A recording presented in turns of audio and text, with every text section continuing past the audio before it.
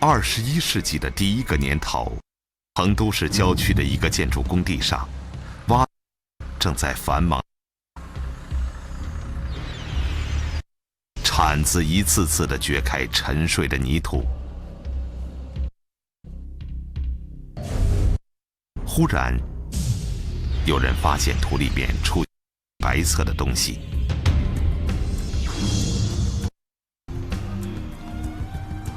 紧接着，一些玉器和陶器的也被民工们从土里挖了出来。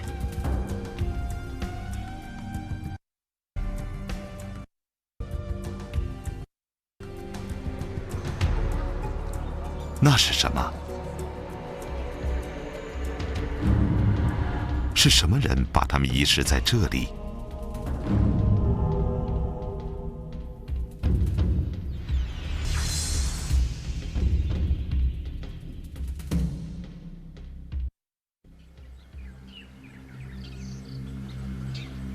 四川都市西部的这片土地，有一个诱人的名字——金沙村。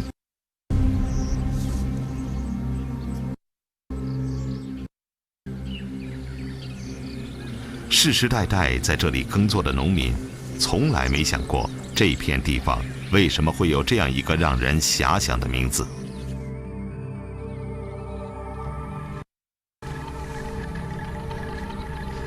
特别专家的零星记载中发现，很久以前，这里的农民们经河边到细碎的黄金残件。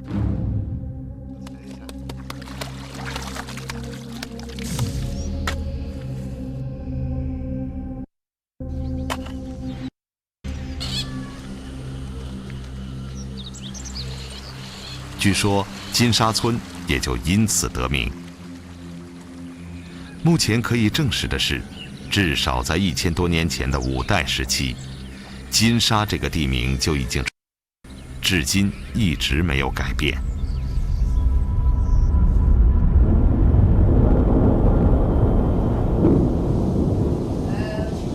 2001年2月8日，成都市考古研究所的工作人员正在距离成都120多公里的绵阳市召开新年的公会议。会议进行中间，考古所所长王毅接到了一个电话。突然家里面说，那边好像挖出很多像象牙的一些东西，有些东西像一些小玉片那些东西，好像是跟三星堆有关系。王毅迅速安排考古所最优秀的专家立刻赶回成都。朱张毅是当天连夜赶回成都的3个人之一。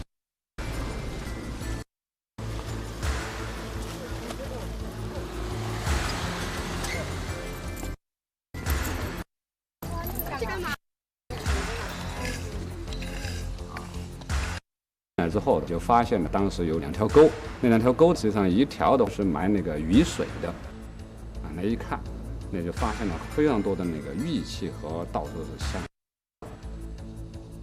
另外一个呢，从上看的话，有3到4个地点都可以的象牙。首先，把机挖出来的泥土拿回去仔细清理，没想到，结果大出他们的意料。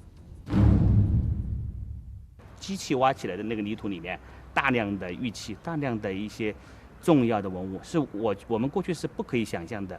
我们过去知道，像一个考古墓葬或者遗存里面出1、2件玉器或者1、2件金器、青铜器，这些东西都是非常令人激。现在这个地方不是1、2件，1吨计，那些玉器都是到处都是，满地都是。事后统计，泥土中一共有1000多件珍贵的文物，这还不包括无法统计的象牙碎片。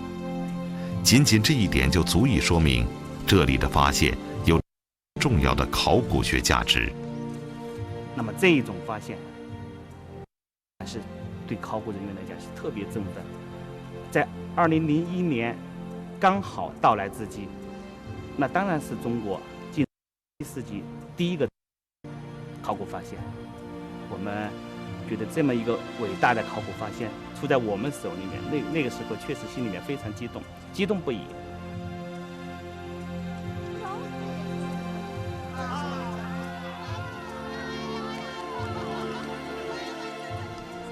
这里到底是一处什么性质的遗址呢？是什么人在这里留下珍贵的遗物？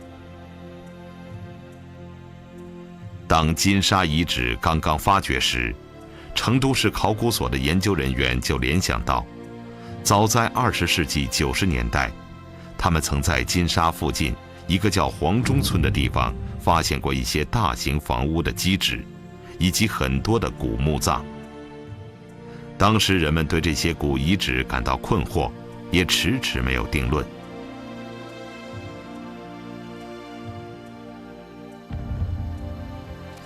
金沙的出现，让专家们重新审视金沙周围原先的考古现象。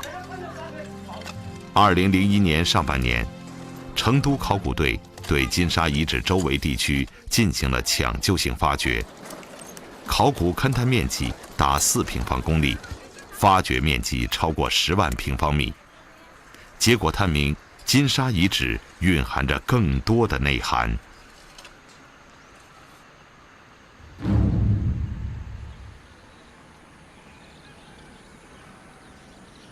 金沙遗址总面积在3平方公里以上，是一处地势平坦、河流众多的冲积平原，一条叫摩底河的小河由西向东流过，把遗址分为南北2个部分。最初发现象牙和玉器残片的区域，就在摩底河南岸的金沙村。在这个区域的西部和西北部地区，发现了一些房屋、陶窑、灰坑和墓葬遗址，被判定是生活区和小型墓葬区。而位于摩底河北岸的黄中村遗址，很有可能属于宫殿区。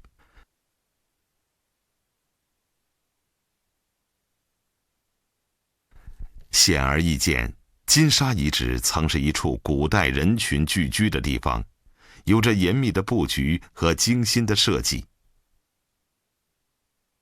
那么，这里会是一个古王国的都城吗？是什么人修建了它呢？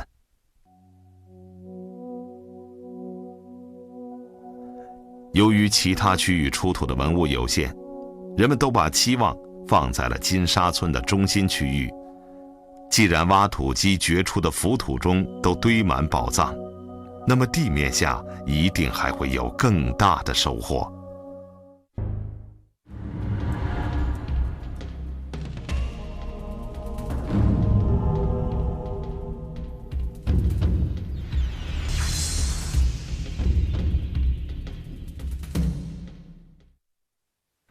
显而易见，金沙遗址曾是一处古代人群聚居的地方，有着严密的布局和精心的设计。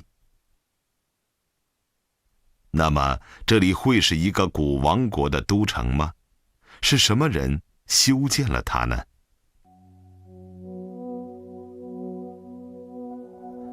由于其他区域出土的文物有限，人们都把期望放在了金沙村的中心区域。既然挖土机掘出的浮土中都堆满宝藏，那么地面下一定还会有更大的收获。当时考古人员清理完浮土后，按照正规的考古程序，小心地开掘探方。在最先出土的一个土坑里，密集着各种金器、玉器、青铜器和象牙。器物堆积的虽然拥挤，但并非杂乱无章，而是有着某种特别的次序安排。接下来，一个又一个的堆积坑出现了，有的堆满了大大小小的石壁，有的里面放着许多野猪獠牙、鹿角和少量的象牙、玉器、陶器等物品。难道这里是古人的一个垃圾场吗？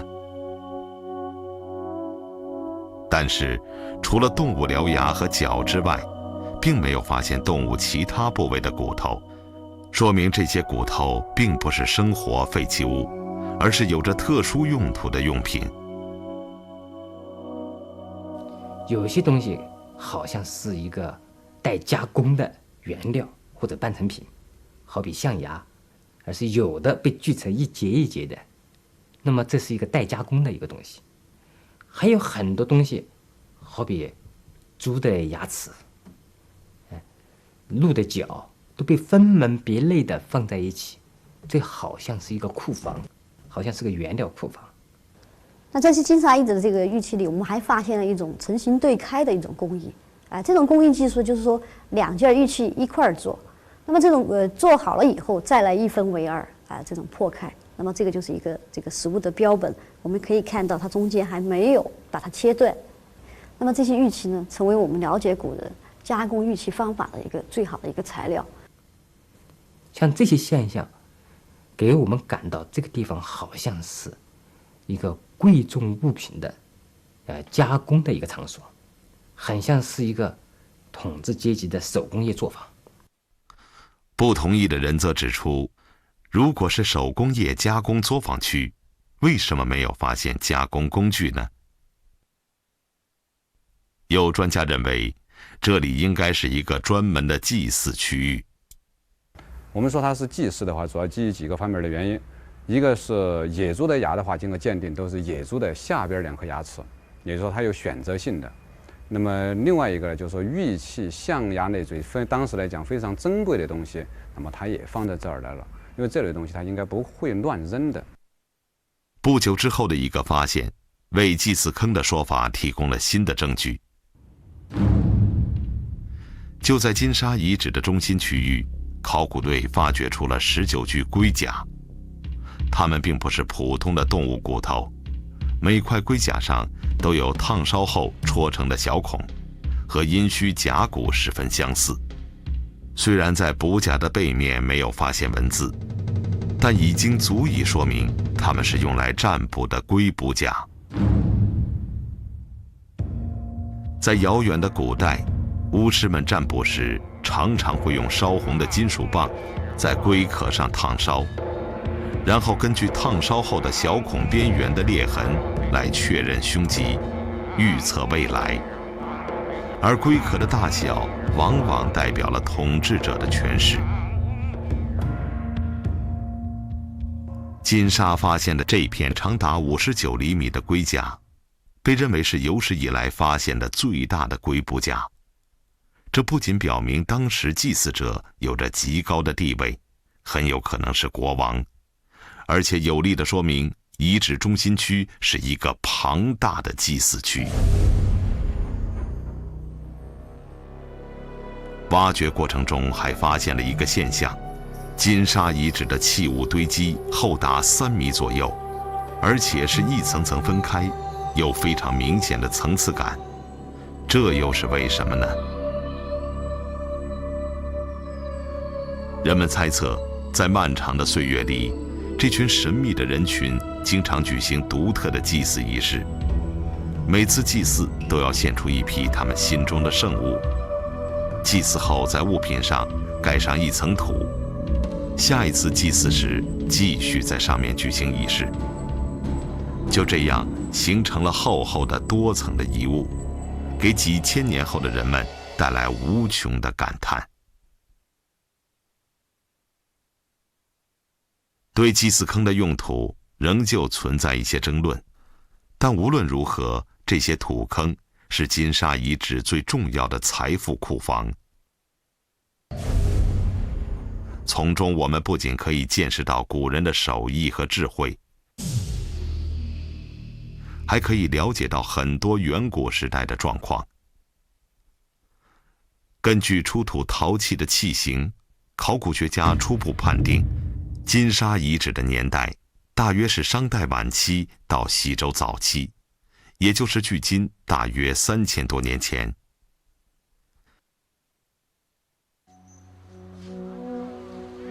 今天的人们仍然习惯把四川简称为蜀，人们确信古代蜀国的存在，但对于它的历史却不能完全认定。长久以来，考古学界以为当中原的人们过着富足和文明的生活时，这里仍旧一片荒凉，生活在这里的人类还处在蒙昧的状态。金沙的发现能为我们更准确和生动地描述3000多年前古人的生活状态。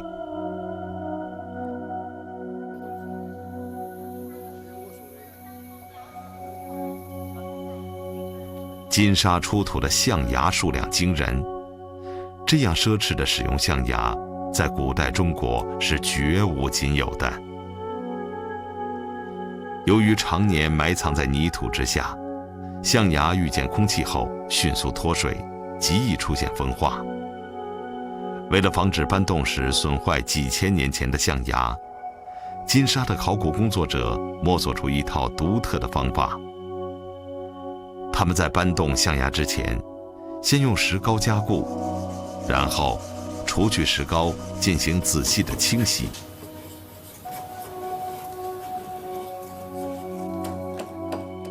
清洗干净后，将象牙放进事先制作的木质箱子，再往箱子里缓缓地倒入液态硅胶。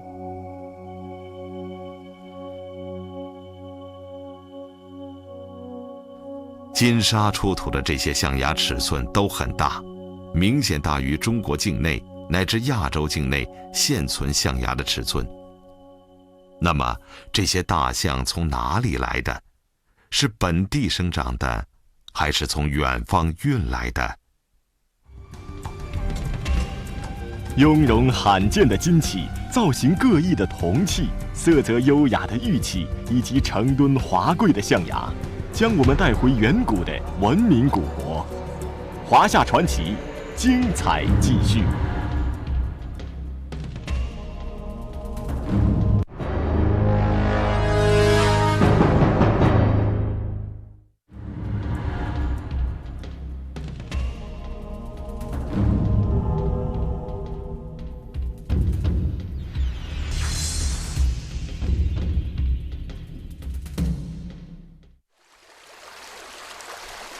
从历史地理的研究成果来看，在3000多年前的商代，中国的中原地区还有大象，甲骨文里就有商王捕象的记录。殷墟考古也发现了一些象的骨头，因此地理位置靠南的四川有大量的象群出没是不奇怪的。大象一般生活在气候比较温暖的地区，如果3000年以前成都平原确实有众多的大象群，那么是否意味着在那个年代四川盆地的气候与现在大不一样呢？中国气候变冷，那是西周开始的事情。但是呢，四川地区由于群山环塞，有秦岭巴山围绕，冷空气绕到外面走了，所以它的可能影响不大。所以在西周，我想四川仍然有很多象群。直到四川盆地人们的活动日益频繁，很多象被捕杀，大象可能在更进一步的向南迁移。越来越多的考古发现提供了类似的证据。在金沙遗址现场有一株巨大的古树残骸，这样的大树现在已经很难见到了。现代人居然找不到能一次搬运古树的工具，不得不把它锯成几段，而每一段的重量都在3吨左右。那么这个树的年代的话，死亡年代经过碳十式测定，它的死亡年代距今是6500年。那么它的生长年代的话，我们看的话，它是有1000多年，也就是说它的小树苗的时候到现在应该是有将近8000年的历史。那么这个树的质地的话非常致密，也就是说它非常沉。那么到现在为止的话，中间那一段的话一共还有10吨重。那么这个树的最大的直径有2.1米，最长呢是27米。27米。那么树种呢，它实际上是一种香果树。那么香果树在整个成都平原来讲的话，现在已经没有了，但是在成都附近的高山上的话还有一些但是它都已经变成灌木了。也就是说，这种环境的变化的话，对树木影响非常大。那么这是6000年前的，那么到金沙来讲有3000多年前的，到船关来讲的话有2000多年的。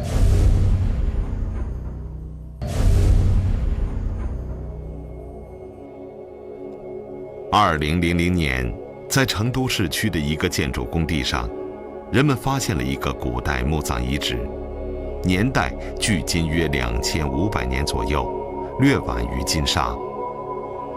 在这个墓葬中，一共有17具棺木，每一具棺木都是用整根的楠木制成，最粗的一颗直径达1.7米，最长的一个棺椁长20米。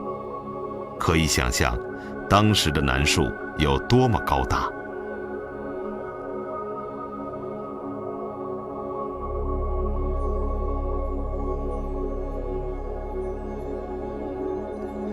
根据考古发现所积累的信息，人们似乎可以想象出3000多年前四川盆地古代先民的生活环境。到处是茂密的森林，成群的动物生活其间。其中一些凶猛的动物，例如老虎和大象。大型动物是原始人类敬畏的对象，杀死一头大象，一定是众人合作的结果。捕获大象的日子，也许就是一个节日，人们将象牙献给国王，当作祭祀品或者装饰品。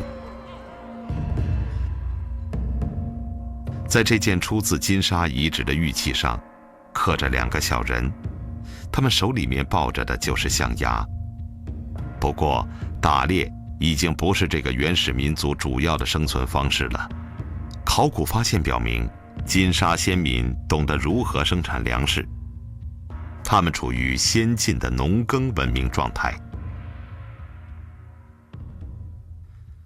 2002年，在金沙遗址发现的这件物品让很多人吃惊。它的形状很像现代的铲子，用一块整木制成。有人认为这是一种农耕用具，叫耜，是用来翻土的，适用于稻作农业。相对安定的农耕生活，使人们有很多的空余时间从事手工业劳动。大量的陶器出现了。这个最大的陶罐高度超过1米，可能是目前国内出土的体型最大的古代陶器。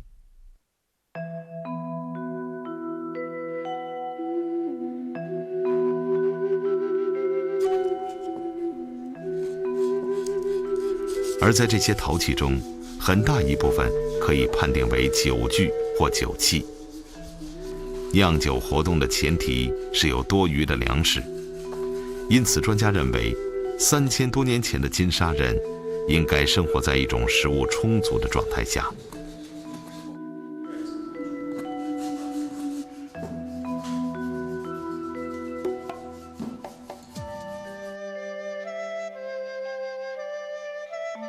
不过，有些陶器的奇怪造型，连考古学家都难以猜测它的真实用途。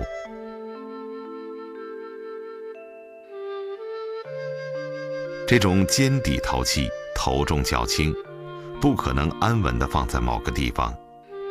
当时有可能是放在某种器座上的，但是在金沙并没有发现专门的器座。人们联想到这种尖底器曾经流行于四川盆地东部地区。那么这里的居民会不会是一个来自东部三峡地区的巴人部落呢？所有推测都碰到了不可解释的障碍。考古发掘的现场不断给人们带来新的喜悦和新的迷惑。一天早上，考古队长朱章义像往常一样来到现场。忽然，他听到不远处有人发出叫喊声。哎，那边突然吼起来了！哎，看看这什么东西！我们过来一看，哦，一个玉琮。当玉琮一看的话，那么大、那么长的一个玉琮的话，因为在整个四川地区来讲没发现过。一看那颜色的话，非常漂亮。哎，哪儿那么好的玉啊？在成都来讲非常罕见那么好的玉。最后再把它表面的泥干玉取干净一看，哎，那上面什么东西？还有微雕了，还有那个神面纹。那这个东西是良渚的呀。就环太湖地区的一个文化的一个东西，它怎么会跑到成都来了？当然觉得非常奇怪，哎，那么实际上那个东西发现之后的话，我们也非常兴奋。拿回去之后呢，马上进行清理，清理之后和良渚的东西再进行认真的对比，一看那东西就是良渚的东西。